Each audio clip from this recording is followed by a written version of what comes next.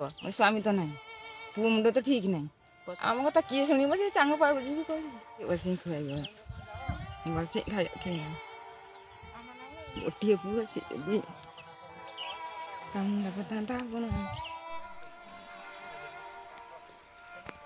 ଖବର ବାଜିବା ପରେ ସହାୟତାର ହାତ ବଢ଼ାଇଲେ ସ୍ୱେଚ୍ଛାସେବୀ ସଂଗଠନ। ମୁଣ୍ଡ ଉପରେ ନାହିଁ ପକ୍କା ଘର, ଅଧା ମାଟି କାନ୍ଥ ଉପରେ ପଲିଥିନ୍ ପଡ଼ିଥିବା ଘରେ କଟୁଛି ଅସହାୟ ମା ଓ ଭିନ୍ନକ୍ଷମ ପୁଅର ଜୀବନ। ଜୟ ଜଗନ୍ନାଥ। ମୁଁ ପପୁ ଦଳବେହେରା, ମାରୁତି ସେନା ରାଜ୍ୟ ସଭାପତି। ସୋସିଆଲ ମିଡ଼ିଆରୁ ଦେଖିଥିଲୁ ଏ ମାଙ୍କର ଦୟନୀୟ ପରିସ୍ଥିତି, ଯୋଉଟା ପ୍ରଶାସନ ସରକାର କରିବା କଥା, ଯୋଉଥିପାଇଁ ତାଙ୍କର ହକ୍, ତାଙ୍କର ଦାୟିତ୍ୱ, ତାଙ୍କର କର୍ତ୍ତବ୍ୟ ସେମାନେ କରୁନାହାନ୍ତି, ଯୋଉଗୁଡ଼ିକ ଏତେ ହୃଦୟ ବିଦାରକ। ନା ଆମକୁ ଏଠି କିଛି କହିବାକୁ ଭଲ ଲାଗୁଛି, ନା ଠିଆ ହେବାକୁ ଭଲ ଲାଗୁଛି, ନା ତାଙ୍କର ଘର ଅଛି, ନା ଖାଇବାକୁ ଅଛି, ନା ପିନ୍ଧିବାକୁ ଅଛି। ଏଭଳି ଅବସ୍ଥାରେ ଅଛନ୍ତି ଏବଂ ସମସ୍ତେ ଦେଖୁଛନ୍ତି, ପ୍ରଶାସନିକ ଅଧିକାରୀଠାରୁ ଗାଁ ବାସିନ୍ଦା ପର୍ଯ୍ୟନ୍ତ, କିନ୍ତୁ କେହି କୌଣସି ପ୍ରକାର ସାହାଯ୍ୟ ଯୋଗାଉନାହାନ୍ତି। ଅଳ୍ପ ବହୁତ କିଏ କ'ଣ ଯୋଗାଉଥିବେ ଆମେ ଜାଣିନାହୁଁ। କିନ୍ତୁ ଆମମାନେ ଆଜି ପୁରୀରୁ ସମସ୍ତେ ଆସିଥିଲୁ, ମାରୁତି ସେନା ସଦସ୍ୟମାନେ। କିଛି ରାସନ ସାମଗ୍ରୀ, କିଛି ବସ୍ତ୍ର, କିଛି ଖାଦ୍ୟ ପାନୀୟ ଏବଂ କିଛି ଔଷଧ ପାଇଁ ବ୍ୟବସ୍ଥା କରିବା ପାଇଁ ଚିନ୍ତା କରୁଛୁ। ଏବଂ ତାଙ୍କର ଏହି ଘଟଣାଟି ଜିଲ୍ଲାପାଳଙ୍କର କର୍ଣ୍ଣପାତ କରିବୁ ବୋଲି ଆମେ ସମସ୍ତ ଡକ୍ୟୁମେଣ୍ଟ ନେଇକି ଯାଉଛୁ ଏବଂ ଅନୁରୋଧ କରୁଛୁ, ଯେଉଁ ରାଜନେତାମାନେ ପ୍ରଶାସନିକ ସ୍ତରକୁ ଆସନ୍ତି ଏବଂ ରାଜନୀତିକୁ ଆସନ୍ତି ମୁଖ୍ୟତଃ ଗରିବଙ୍କ ସେବା କରିବା ପାଇଁ, ସେଟା କେବଳ ଭାଷଣରେ ହିଁ ରହିଯାଉଛି।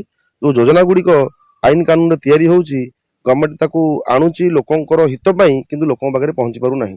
ୟାର ଯଦି ତଦାରଖ ହୁଅନ୍ତା ଏବଂ ଏଇ ଭଲ ନ୍ୟୁଜ୍ ଗୁଡ଼ିକ ଯଦି ଲୋକଙ୍କ ପାଖରେ ପହଞ୍ଚନ୍ତା, ଏବଂ ସବୁଠୁ ବଡ଼ କଥା ହେଉଛି ଗଣମାଧ୍ୟମ ଭାଇମାନେ ଯେଉଁମାନେ ଖରାପକୁ ବି ପ୍ରସାର କରନ୍ତି, ଭଲକୁ ବି ପ୍ରସାର କରନ୍ତି, କିନ୍ତୁ ଭଲ ଦ୍ୱାରା ଆଉ ହଜାର ଜୀବନ ବଞ୍ଚି ଯାଇପାରେ।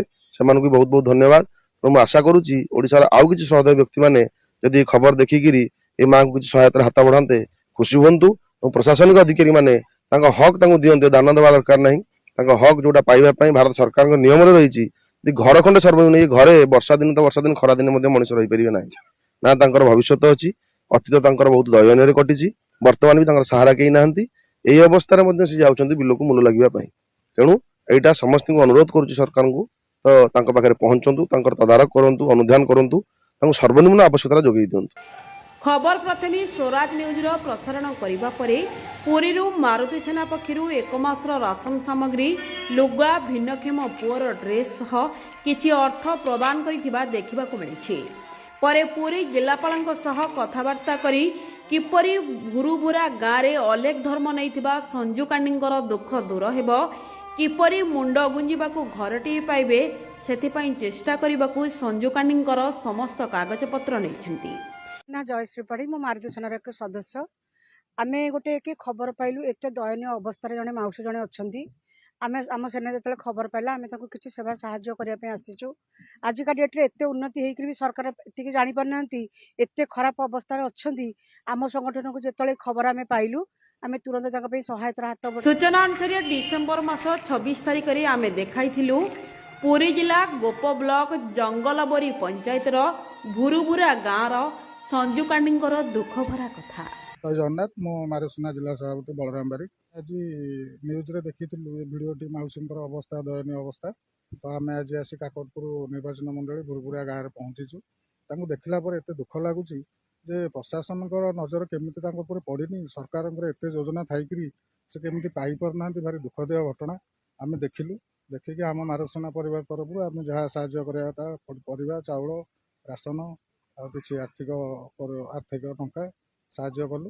ଏହାପରେ ଆମେ କଲେକ୍ଟରଙ୍କୁ ଜଣେଇବୁ ଲିଖିତ ଆକାରରେ, କେମିତି ତାଙ୍କ ପାଇଁ ବାସଗୃହ ଖଣ୍ଡେ ହଉ। ଭାରି ଦୁଃଖ ଲାଗୁଛି ଆଜ୍ଞା, କେମିତି ତାଙ୍କ ପାଖରେ ପହଞ୍ଚି ପାରୁନି। ଭାରି କଷ୍ଟଦାୟରେ ସେ ମାଉସୀ ଜଣକ ଅଛନ୍ତି, ଆମକୁ ଏତେ କଷ୍ଟ ଲାଗୁଛି।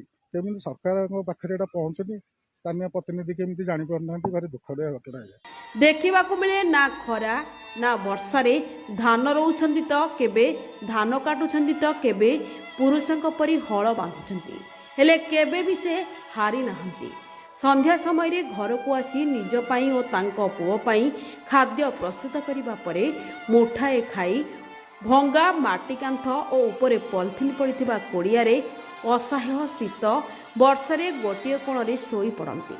ସକାଳ ହେଲେ ବାହାରି ପଡ଼ନ୍ତି ପରର ବିଲକୁ। ଘରଟିଏ ପାଇ ସରପଞ୍ଚଠାରୁ ଗୋପ ବିଡ଼ିଓ ପାଖକୁ ଦୌଡ଼ି ଦୌଡ଼ି ନିରାଶ ହୋଇଛନ୍ତି, ହେଲେ କେବେ ସରକାରଙ୍କ ପକ୍ଷରୁ ଘରଟିଏ ମିଳିବ ଅପେକ୍ଷା କରି ଚାହିଁ ବସିଛନ୍ତି। ସେପଟେ ମାରୁତି ସେନା ପକ୍ଷରୁ ସହଯୋଗକୁ ସଞ୍ଜୁକାଣ୍ଡି ଦେଖି ବହୁତ ଖୁସିରେ କାନ୍ଦି ପକାଇଛନ୍ତି। ମନରେ ଦିନେ ଭାବିନଥିଲେ ଏସବୁ ତାଙ୍କ ପାଖରେ କିଏ ପହଞ୍ଚାଇବ ବୋଲି। ଏସବୁ ଜିନିଷପତ୍ର ପାଇବା ପରେ ଆଖିରେ ଆଖିଏ ଲୁହ ହୋଇଯାଇଛି। ଖାଲି ସେତିକି ନୁହେଁ, ଏବେ ବି ଓଡ଼ିଶାର ଉପମୁଖ୍ୟମନ୍ତ୍ରୀ ପ୍ରଭାତୀ ପରିଡ଼ା ଓ ସ୍ଥାନୀୟ ବିଧାୟକଙ୍କୁ ଆମ ମାଧ୍ୟମରେ ଘରଟିଏ ପାଇଁ ଦୁଃଖଭରା କଣ୍ଠରେ ଗୁହାରି କରିଛନ୍ତି ସଞ୍ଜୁ। ସେପଟେ ପୁରୀରୁ ଆସିଥିବା ମାରୁତି ସେନାର ସଭାପତି ଓ କର୍ମକର୍ତ୍ତା ମଧ୍ୟ ସଞ୍ଜୁଙ୍କୁ ଘରଟିଏ ପାଇଁ ପୁରୀ ଜିଲ୍ଲାପାଳ ରାଜ୍ୟ ସରକାରଙ୍କୁ ଆମ ମାଧ୍ୟମରେ ଅନୁରୋଧ କରିଛନ୍ତି। କୋଣାର୍କରୁ ରାକେଶ ରୋଶନ ସେଠୀଙ୍କ ରିପୋର୍ଟ, ସ୍ୱରାଜ ନ୍ୟୁଜ୍ ଓଡ଼ିଶା।